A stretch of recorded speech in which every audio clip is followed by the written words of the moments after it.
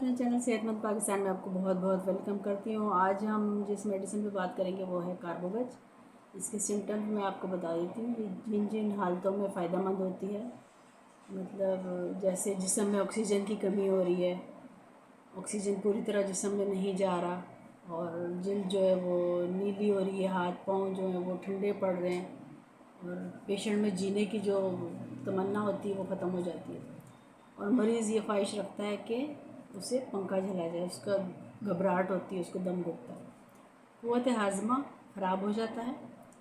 जो कि कुछ जैसे कोई चीज़ खाई है आपने, उसकी वजह से मैदे में गैस इकट्ठी होना शुरू हो जाती है और बहुत ज़्यादा डकार आते हैं। उसमें इसको आर्जी तौर पे तो आराम आ जाता है, लेकिन आप इस मेडिसिन को जब इस्तेमाल रेगुलर करते हैं तो इसके बहुत ही अच्छे रिज़ल्ट्स हैं।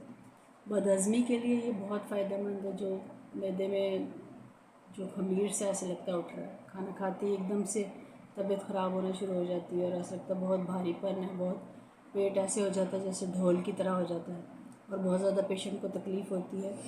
और इसमें कॉन्स्टिपेशन तो नहीं होती, लेकिन इसमें मोशन इस मेडिसिन में पाया जाता है कि इसमें मोशन के लिए इस मेडिसिन को इस्तेमाल किया जा सकता है, जबकि ऑक्सीजन के साथ मिलकर सिर्फ ज़रा जो है वो बनते नहीं हैं, तो इस वजह से इस मेडिसिन को इसहाल के लिए इस्तेमाल किया जा सकता है। मोशन होने की सूरत में इसके साथ आप पॉडोफिलम दे सकते हैं मरीज़ को। ख़ास तौर पर बच्चों में जब मोशन हो जाते हैं तो पॉडोफिलम 30 पोटेंसी में आप इसका इस्तेमाल ज़रूर करें अपने डॉक्टर के मशवरे से।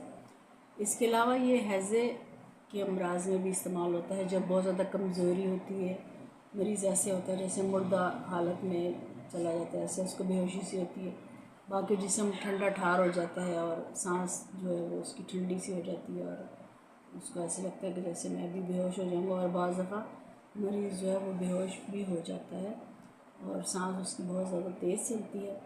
और इसके अलावा मरीज़ को ऐसे दिल चाहता है उसका कि खिड़कियाँ खोल दी जाएं और पंखा उसको झला जाए, ताकि उसको हवा उसको मिले, ताकि उसका जो दम घुट रहा है वो बहाल हो जाए। ये मेडिसिन जादू असर रखती है इस तरह की कंडीशन में। आप इस मेडिसिन को ज़रूर याद रखें और अपने डॉक्टर के मशवरे से इस्तेमाल करें। मरीज़ इस तरह बहुत जल्द इसमें बेहोश हो जाता है और थकी हुई हालत में होता है, बहुत ज़्यादा फटीक वाली हालत होती है उसकी, और वो कभी कभार वो गिर भी जाता है।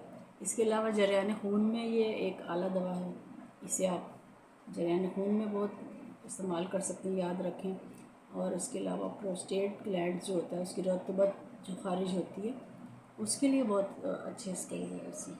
इसके अलावा पीरियड्स के वक्त जब हाथ पाँव जो हैं वो जलते हैं और बहुत ज़्यादा गर्माइश उसमें से निकलती है पाँव के तलवों में से, उसके लिए इसके बहुत अच्छे रिजल्ट्स हैं। आप इसे ज़रूर इस्तेमाल करें अपने पेशेंट्स पर, और अपने डॉक्टर के मशवरे के मुताबिक आप इस्तेमाल करें। इसके अलावा इसकी जो ऊंची पोटेंसी है, हाई पोटेंसी जो आप दें, तो अपने डॉक्टर के मशवरे के मुताबिक आप इसे इस्तेमाल कर सकते हैं।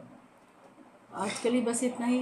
मेरे चैनल को लाइक करें, शेयर करें, सब्सक्राइब करें, और जो भी नई वीडियो होगी इसका नोटिफिकेशन आपको मिल जाएगा। Thank you for watching.